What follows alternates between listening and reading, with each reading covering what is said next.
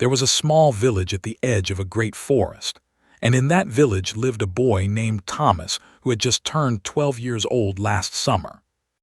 Thomas was not like the other children in the village because he always asked too many questions, and he never seemed satisfied with simple answers. His grandmother would tell him stories about magic and wonder, but everyone else would laugh and say that magic was not real. One morning, Thomas woke up earlier than usual, and he noticed something strange happening outside his window. The birds were flying in circles above the old oak tree that stood in the center of the village square, and they were making sounds he had never heard before. He quickly put on his clothes and ran outside to see what was happening, and when he reached the oak tree, the birds suddenly flew away in all directions. Thomas looked at the ground near the tree, and he saw something shining in the morning light. He bent down and picked up a small golden key that was unlike anything he had ever seen before. The key had strange symbols carved into it, and when Thomas held it in his hand, he felt a warm feeling spread through his fingers. He looked around to see if anyone else had noticed the key, but the village was still quiet, and most people were still sleeping in their beds. Thomas decided to keep the key hidden in his pocket until he could figure out what it was meant to open. He went back home and sat at the kitchen table, pretending to eat his breakfast while his mind raced with questions about the mysterious key. His grandmother came into the kitchen and looked at him with her kind eyes, and she asked him why he seemed so distracted this morning. Thomas wanted to tell her about the key, but something inside him said he should wait until he knew more about it. After breakfast, Thomas walked through the village and he noticed something very strange. There was a door on the side of the old mill that he had never seen before, and it was painted a deep blue color that seemed to glow in the sunlight. He walked closer to the door, and he saw that it had a small golden keyhole that looked exactly the right size for the key in his pocket. His heart was beating fast as he took out the key and slowly put it into the keyhole. The key turned easily, and the door swung open to reveal a long hallway that seemed to go on forever. Thomas stepped through the door, and he felt the air change around him, becoming cooler and filled with a sweet smell like flowers in spring. The hallway was lit by small floating lights that moved gently through the air like fireflies on a summer night. He walked forward, his footsteps making no sound on the smooth stone floor beneath his feet. After what felt like hours but might have been only minutes, Thomas came to the end of the hallway and found himself standing in a large room filled with the most amazing things he had ever seen. There were books stacked from floor to ceiling, and maps spread out on tables, and strange objects made of glass and metal that he could not name. In the center of the room stood an old man with a long white beard and eyes that sparkled like stars in the night sky. The old man smiled at Thomas and said that he had been waiting for someone to find the key for a very long time. Thomas asked who the old man was and where this place was, and the old man laughed gently before answering. He said his name was Aldrich and that this was the Library of Lost Things, a place that existed between the world Thomas knew and many other worlds beyond. Aldrich explained that the key Thomas had found was very special because it could open doors to places that most people could never imagine.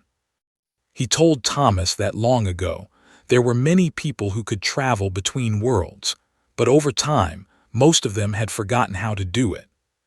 The key had been lost for many years, and Aldrich had been waiting in the library for someone with a pure heart to find it. Thomas asked why he had been chosen, and Aldrich said that the key chose its own keeper, and that Thomas must have something special inside him. The old man walked over to one of the tables and picked up a small leather book that looked very old and worn. He handed the book to Thomas and told him that it contained everything he needed to know about the key and its powers. Thomas opened the book and saw pages filled with drawings and writing in a language he could not understand. But as he looked at the words, they slowly began to change and rearrange themselves until he could read them clearly. The book told of a time when the worlds were connected by many doors, and people could travel freely between them. But a great darkness had come and started to close the doors one by one, trapping people in their own worlds forever. The key was created by a group of wise travelers who wanted to make sure that the doors could always be opened again. Aldrich told Thomas that the darkness was growing stronger again, and that someone needed to travel through the doors and help keep them open.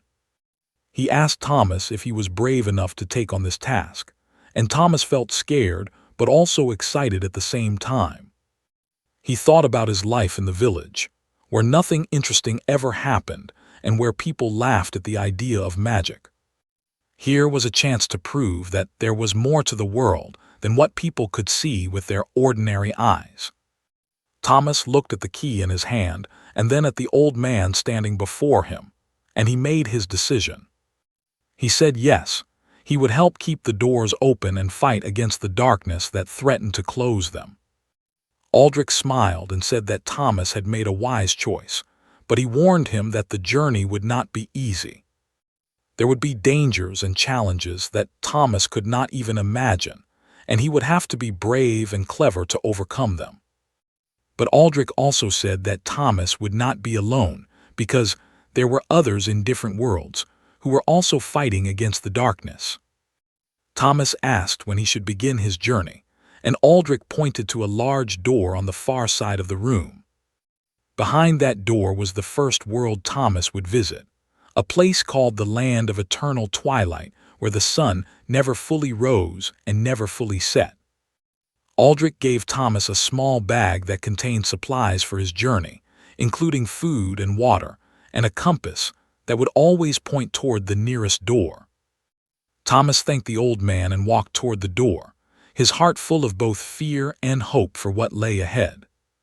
Thomas pushed open the heavy door and stepped through into a world that took his breath away with its strange and haunting beauty. The sky above him was painted in shades of purple and orange, like a sunset that never ended, and the air was cool and smelled of rain. He stood on a hill covered with silver grass that swayed gently in the breeze, and below him stretched a vast forest of trees with leaves that glowed softly in the dim light. This was the Land of Eternal Twilight, and it was more beautiful and more frightening than anything Thomas had ever imagined. He took out the compass that Aldrich had given him and watched as the needle spun around before pointing toward the east. That was where he needed to go, toward the nearest door that would take him deeper into his journey. Thomas began walking down the hill and into the forest, and as he walked, he noticed that the trees seemed to lean toward him as if they were curious about this stranger in their land. The glowing leaves cast a soft light on the path ahead, and Thomas could hear strange sounds all around him, like whispers and music coming from far away. He had been walking for a long time when he heard a sound that was different from the others, a sound like someone crying. Thomas stopped and listened carefully, and then he followed the sound until he came to a small clearing in the forest. There, sitting on a fallen log, was a girl about his age with long dark hair and eyes that shone like the twilight sky. She looked up when Thomas entered the clearing, and he could see that she had been crying, though she quickly wiped her tears away. Thomas asked her what was wrong and why she was sitting alone in the forest, and the girl stared at him with surprise. She said her name was Luna, and that she was surprised to see another person in this part of the forest, because most people stayed in the villages where it was safer. Thomas told her about the key and about Aldrich and about his journey to keep the doors between worlds open. Luna listened with wide eyes, and when he finished, she told him that she knew about the doors and about the darkness that was trying to close them. She explained that her father had been a doorkeeper, someone whose job was to protect the doors and make sure they stayed open. But her father had disappeared 3 months ago when he went to investigate a door that had stopped working properly. Luna had been searching for him ever since, but she had found no trace of where he might have gone. Thomas felt sorry for Luna, and he told her that maybe they could search for her father together, while he completed his own mission. Luna smiled for the first time since he had met her, and she said she would be grateful for the company and the help. She stood up and brushed off her clothes, and Thomas noticed that she carried a small bag similar to the one Aldrich had given him. Luna told him that her father had taught her many things about traveling between worlds and about the creatures that lived in them. She knew the land of eternal twilight very well because she had lived here her whole life, and she could guide Thomas to the door he was looking for. They walked together through the forest, and Luna told Thomas about her world and its history. Long ago, she said, the land of eternal twilight had been a place of great happiness and peace, where people lived in harmony with nature and with each other. But when the darkness began to spread, things had started to change, and many people had become afraid and suspicious of strangers. The villages had built walls around themselves, and people rarely traveled anymore because the roads had become dangerous. Thomas asked what kind of dangers they might face, and Luna told him about the shadow creatures that served the darkness. These creatures were made of pure shadow, and they hunted anyone who tried to travel between the doors or anyone who helped the doorkeepers. Luna said that her father had fought many shadow creatures in his time as a doorkeeper, and he had always come back safely until his last journey. Thomas gripped his key tightly in his pocket and promised Luna that they would find her father and bring him home safely. As they walked, the forest began to thin out, and soon they came to a wide river that blocked their path. The water was dark and moved slowly, and Thomas could not see the bottom no matter how hard he tried to look. Luna said this was the River of Memories, and it was very dangerous to cross without a boat because the water had strange powers. Anyone who fell into the river would start to see visions of their past, and many people had drowned because they forgot to swim while lost in their memories. Thomas looked up and down the riverbank, searching for a way to cross, and he spotted a small wooden boat tied to a tree a short distance away. They hurried to the boat and found that it was old but still in good condition, and there were 2 oars inside it. Luna untied the rope while Thomas held the boat steady, and then they both climbed in and pushed off from the shore. The current was stronger than it looked, and Thomas had to work hard to keep the boat moving in a straight line toward the other side. They were about halfway across when something bumped against the bottom of the boat, and Luna let out a small cry of alarm. Thomas looked over the side and saw dark shapes moving beneath the surface of the water, long and thin like snakes, but much larger. Luna whispered that these were river serpents, creatures that lived in the deep parts of the river and sometimes attacked boats that crossed their territory. She told Thomas to keep rowing and not to look at the serpents, because they were attracted to the attention of their prey. Thomas rowed as hard as he could, while Luna used the other oar to help push them forward faster. The serpents followed them, bumping against the boat again and again, but they did not attack as long as Thomas and Luna kept moving. Finally, after what felt like forever, the boat reached the other shore, and Thomas and Luna jumped out quickly. They pulled the boat up onto the bank and ran into the trees, not stopping until they were far away from the water. Both of them were breathing hard, and Thomas could feel his heart pounding in his chest like a drum. Luna laughed with relief and said that crossing the river was always scary, but they had made it safely. Thomas asked how much farther they had to go to reach the door, and Luna pointed toward a mountain in the distance. The door was in a cave near the top of that mountain, and they would need to climb for several hours to reach it. But first, Luna said, they should rest and eat something because they would need all their strength for the climb ahead. They found a comfortable spot under a large tree and sat down to share some of the food from their bags. Thomas had bread and cheese and dried fruit, while Luna had strange foods he had never seen before, including a sweet purple berry that tasted like honey. As they ate, Luna told Thomas more about her father and about her life growing up as the daughter of a doorkeeper. She said her father had always told her that the doors were important because they connected all the different worlds together. Without the doors, people in one world would never know that other worlds existed, and the universe would become a lonely place. Thomas thought about his own world and about how most people there did not believe in magic or other worlds. He wondered what they would think if they could see this place with its eternal twilight sky and its glowing trees and its river serpents. Luna asked Thomas about his world, and he told her about the village and his grandmother and the ordinary life he had lived before finding the key. She smiled and said that no life was truly ordinary because everyone had their own kind of magic inside them. Thomas liked that idea, and he felt glad that he had met Luna on this journey. After they finished eating, they packed up their bags and began the long walk toward the mountain and the door that waited for them there. The mountain grew larger and larger as Thomas and Luna walked toward it, and soon they could see the rocky paths that wound up its steep sides. Luna explained that long ago, people had carved steps into the mountain to make it easier to reach the cave where the door was hidden.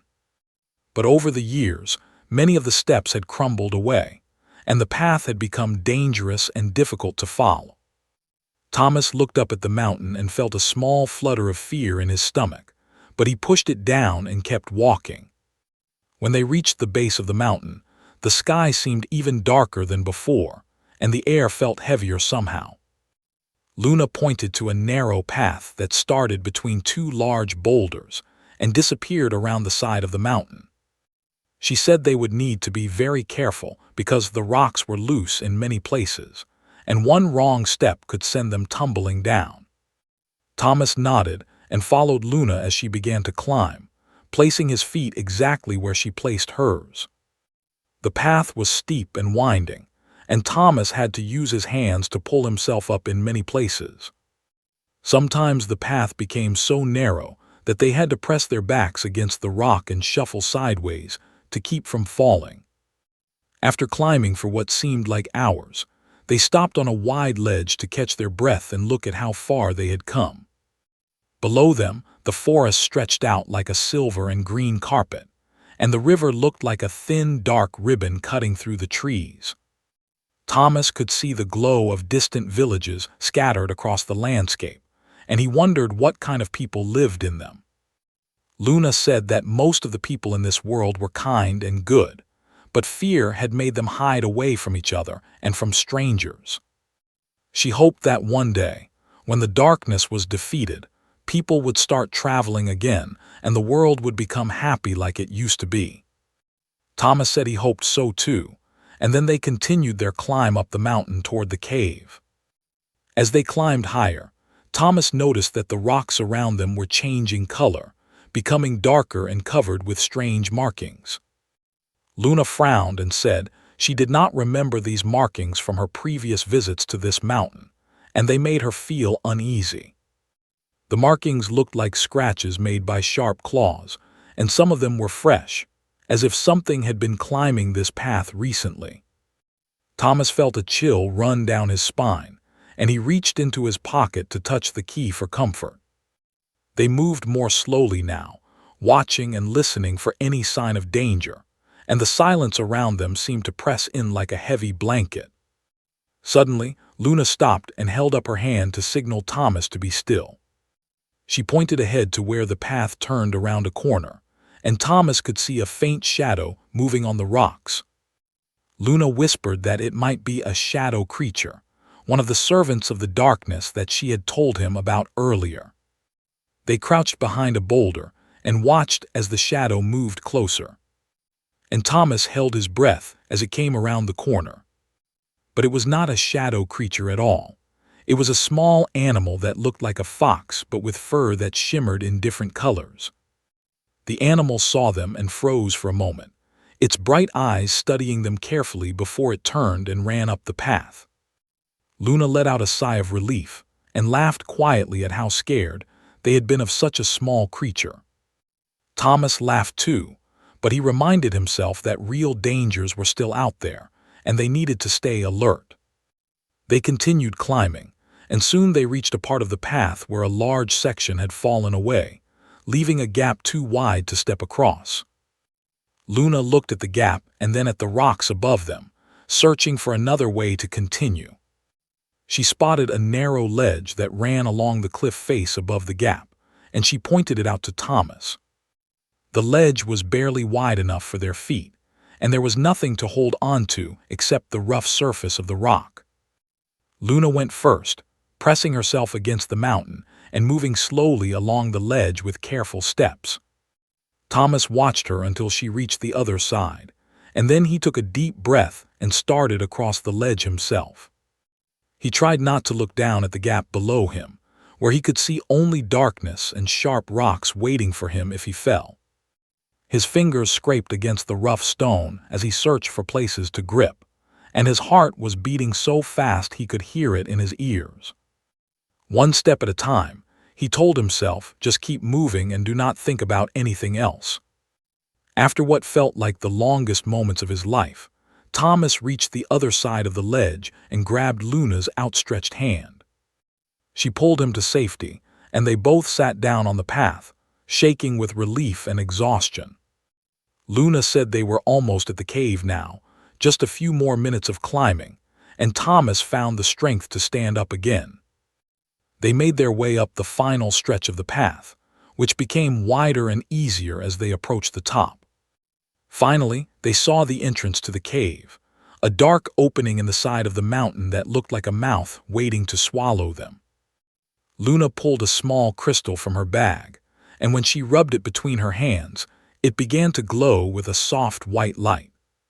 She held the crystal up and led the way into the cave, and Thomas followed close behind her, his hand on the key in his pocket. The cave was cold and damp, and the walls were covered with the same strange markings they had seen on the rocks outside.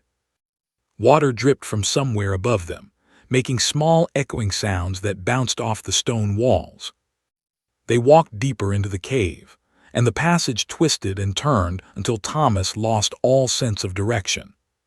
Just when he was starting to worry that they might be lost, the passage opened up into a large chamber filled with pale blue light.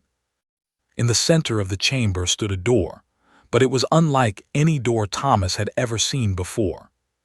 The door seemed to be made of pure light, shimmering and shifting like water in a glass, and it was surrounded by a ring of ancient stones. Luna gasped and ran toward the door, and Thomas saw that there was something lying on the ground in front of it.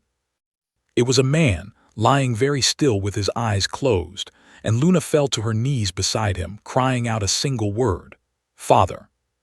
Thomas rushed over and looked at the man, who was pale and thin but still breathing slowly. Luna shook her father gently and called his name, and after a moment his eyes fluttered open and he looked up at her with confusion. He asked where he was and what had happened, and Luna told him that she had been searching for him for 3 months. Her father struggled to sit up, and Thomas helped support him while Luna held his hand. The man said that he had come to this door because it had been flickering and growing weak, and when he tried to repair it, something had attacked him from behind. He remembered falling, and then darkness, and then dreams that went on forever until he heard Luna calling his name. Luna hugged her father tightly and cried with happiness, and Thomas felt his own eyes getting wet as he watched them. After a few minutes, Luna's father was strong enough to stand with their help, and he looked at Thomas with curious eyes. Luna introduced Thomas and told her father about the key and about Aldrich and about the mission to keep the doors open. Her father nodded slowly and said he knew about the key because there were legends about it among the doorkeepers. He said Thomas was very brave to take on such a difficult task, and he thanked him for helping Luna find him. Thomas said he was glad to help, but now he needed to pass through this door and continue his journey to the next world. Luna's father looked at the shimmering door and frowned, saying it was still weak but stable enough for someone to pass through. He warned Thomas that he did not know what world lay on the other side, but it would probably be very different from this one. Thomas took out the key and walked toward the door, feeling its warm glow on his face as he approached.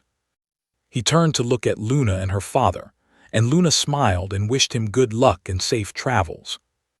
Thomas thanked her for everything, and said he hoped they would meet again someday when the darkness was defeated.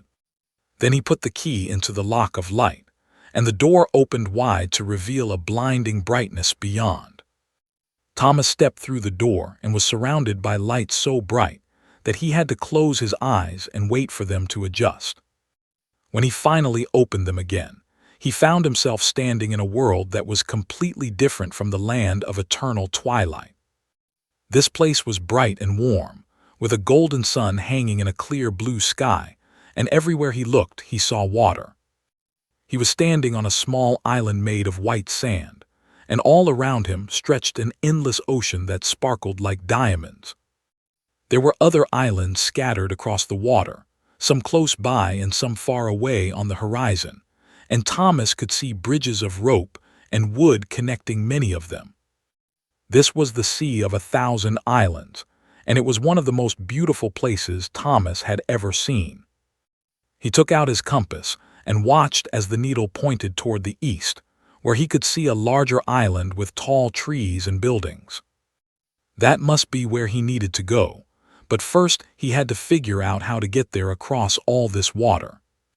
Thomas looked around his small island and found a path that led to one of the rope bridges stretching toward a nearby island. The bridge swayed gently in the breeze, and Thomas held onto the rope sides tightly as he made his way across. The wood creaked under his feet, but it held firm, and soon he reached the next island, which was slightly larger than the first. From this island, there were 3 more bridges leading in different directions, and Thomas chose the one that seemed to go toward the east.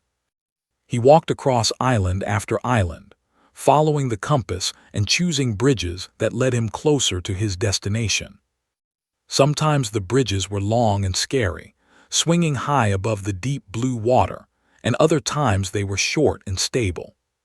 Thomas met no one on his journey across the islands, which seemed strange to him, because surely people must live in a place with so many buildings.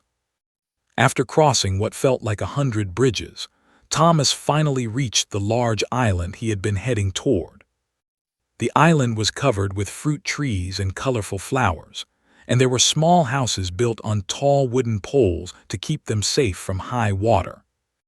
As Thomas walked along a path between the houses, he heard voices coming from somewhere ahead. He followed the sound and found himself in a village square where dozens of people had gathered around a raised platform. On the platform stood a woman with long gray hair and a kind face, and she was speaking to the crowd in a worried voice. Thomas listened and learned that something terrible was happening to the Sea of 1,000 Islands. The woman, who was the leader of this village, explained that the bridges between islands were starting to disappear one by one. Every night, another bridge vanished into darkness, cutting off islands from each other and trapping people where they were.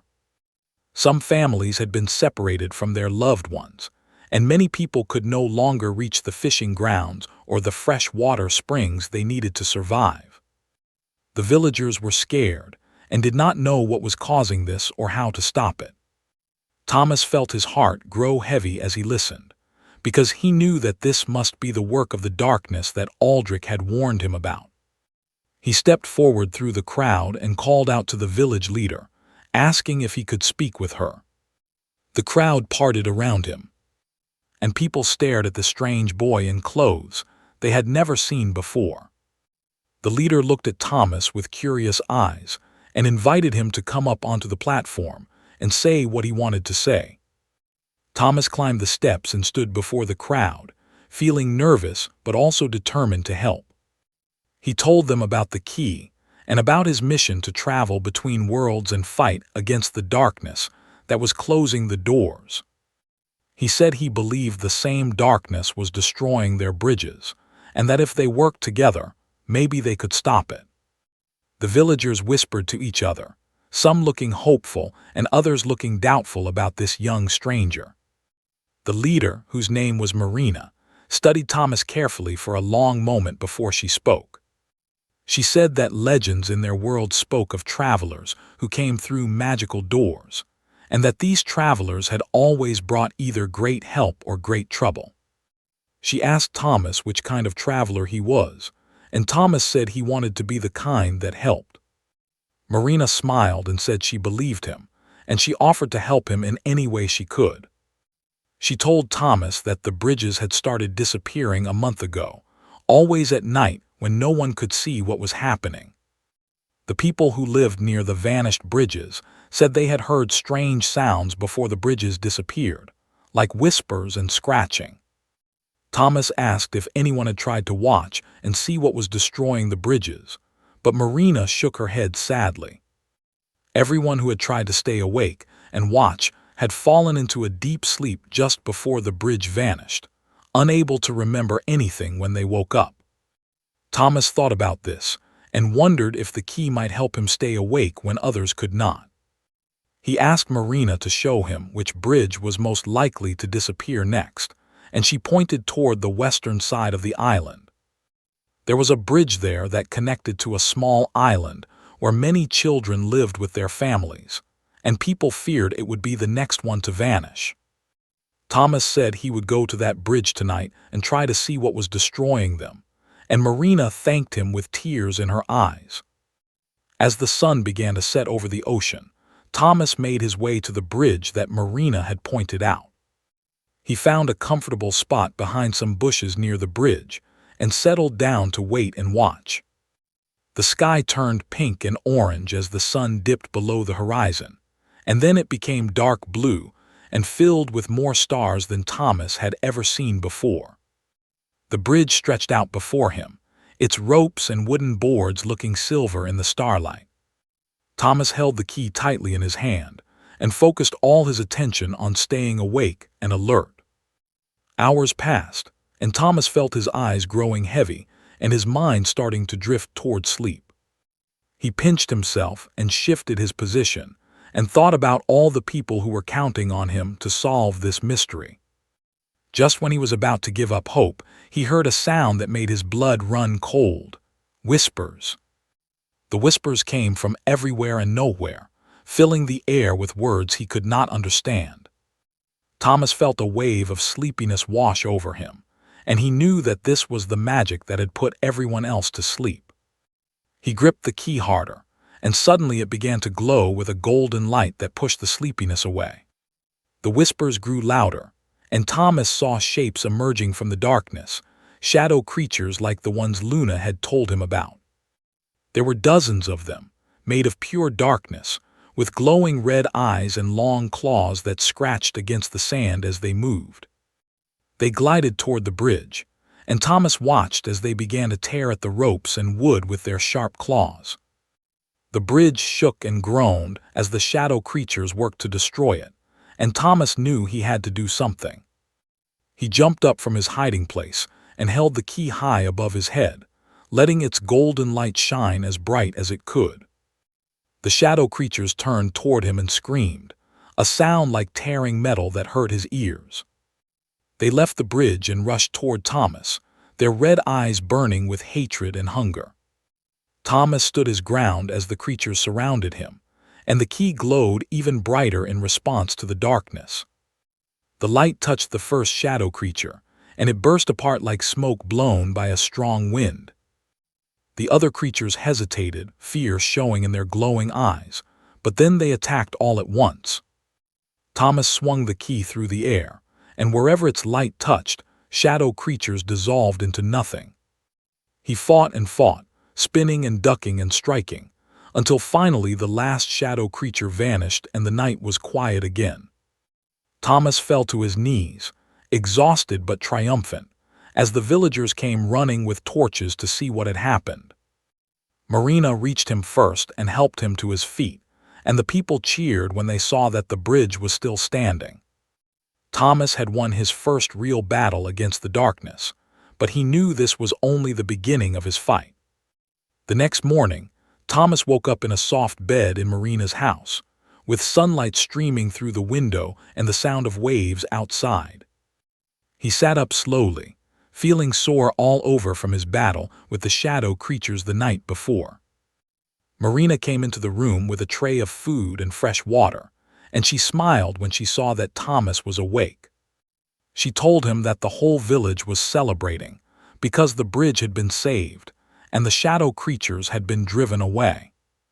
People were dancing in the streets and singing songs of thanks, and many of them wanted to meet the brave young traveler who had protected them. Thomas ate his breakfast and felt his strength slowly returning as the food filled his empty stomach. Marina sat beside him and told him that scouts had been sent to check on the bridges all across the sea of 1,000 islands.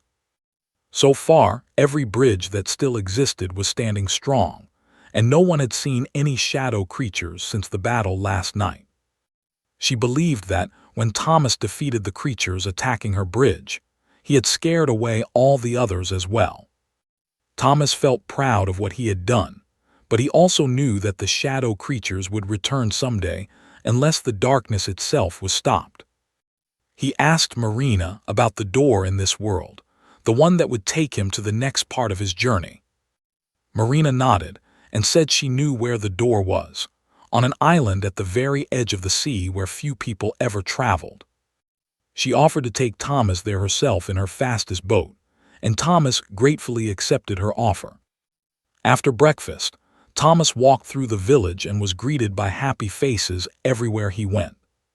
Children ran up to him and touched his hand, and old people bowed their heads in respect and gratitude. One little girl gave him a necklace she had made from shells and told him it would bring him good luck on his travels. Thomas put the necklace around his neck and promised the girl he would keep it safe and think of her when he wore it. Marina led him to the harbor where a sleek wooden boat was waiting, with a crew of strong rowers ready to take them across the water. Thomas climbed aboard, and Marina gave the order to cast off, and soon they were gliding across the sparkling sea. The journey took most of the day, and Thomas watched the islands pass by, each one unique and beautiful in its own way. Some islands were covered with forests, and others were bare rock, and a few had tall mountains rising from their centers. Marina pointed out islands where her friends and family lived, and she told Thomas stories about each place they passed. As the sun began to sink toward the horizon, they finally approached the island at the edge of the sea. This island was different from the others, darker and quieter, with no trees or flowers or signs of life anywhere. Marina said that no one lived here because there was nothing to eat or drink, and the island gave people an uneasy feeling. The boat pulled up to a small beach, and Thomas jumped out onto the sand, which was gray instead of white like the other islands. He could feel a strange energy in the air, a humming sensation that made his skin tingle and his heart beat faster. Marina pointed toward a cave on the side of a small hill, and she told Thomas that the door was inside. She said she would wait here until he was safely through, in case he needed anything before he left. Thomas thanked Marina for everything she had done and gave her a hug that made her smile. Then he walked across the gray sand toward the cave, his hand on the key in his pocket. The cave was dark inside, but the key began to glow as Thomas entered, lighting his way through the rocky passage. The passage was short, and soon Thomas emerged into a chamber where the door stood waiting for him. This door was different from the one in the land of eternal twilight. It was made of what looked like solid silver and had strange symbols carved all around its frame. Thomas stepped closer and examined the symbols, and he realized they were the same ones that were carved on his key. He took out the key and placed it in the lock, and the door swung open to reveal darkness on the other side. Thomas looked back toward the entrance of the cave, where he could still see a sliver of golden sunlight from the setting sun. He thought about his grandmother back in his village, and he wondered if she was worried about where he had gone. He thought about Luna and her father in the land of eternal twilight, and he hoped they were safe and happy together. He thought about Marina and the villagers in the sea of 1,000 islands, and he felt grateful for the friends he had made. Then he turned back to the door and stepped through into the darkness, ready for whatever adventure waited for him next. The darkness lasted only a moment before Thomas found himself standing in yet another new world.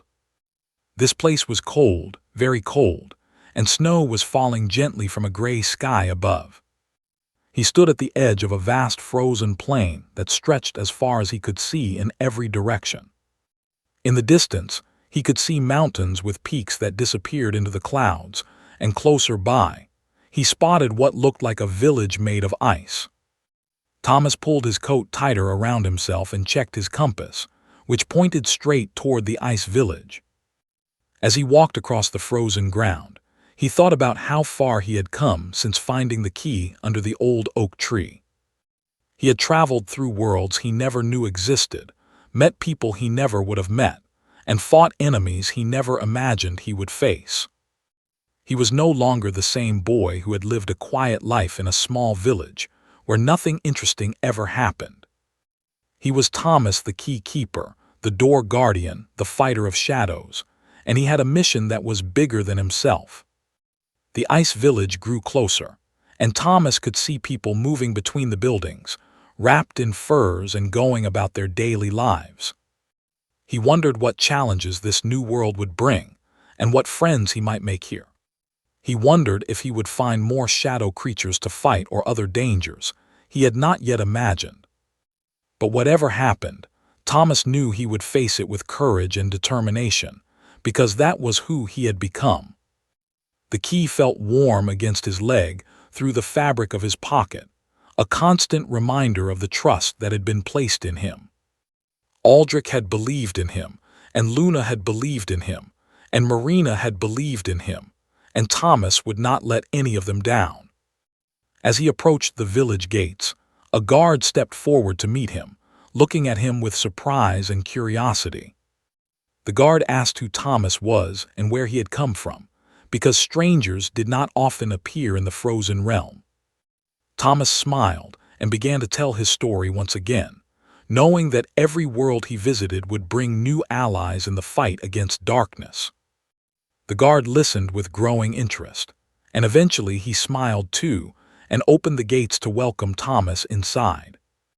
This was just another step on a long journey, another world to help and protect, another chance to make things right. And Thomas walked through the gates with his head held high, ready for whatever came next, knowing that the key would light his way.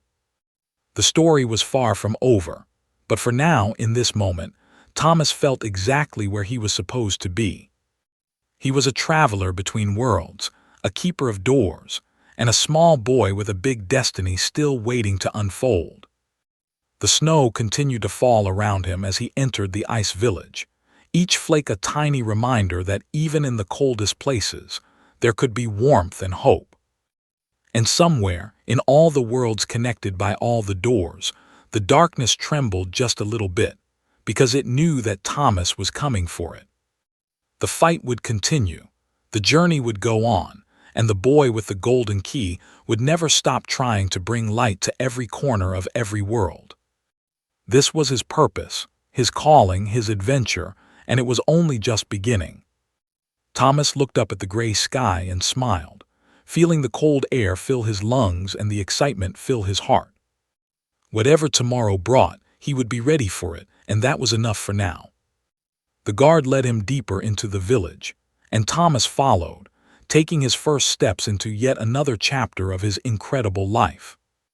And far away, in a library between worlds, an old man named Aldrich looked up from his books and smiled, knowing that he had chosen well. The key was in good hands, the doors would stay open, and hope would continue to shine even in the darkest of places. All because a curious boy had woken up early one morning and found something magical under an old oak tree. That was how all the best adventures began, and Thomas's adventure was only getting started.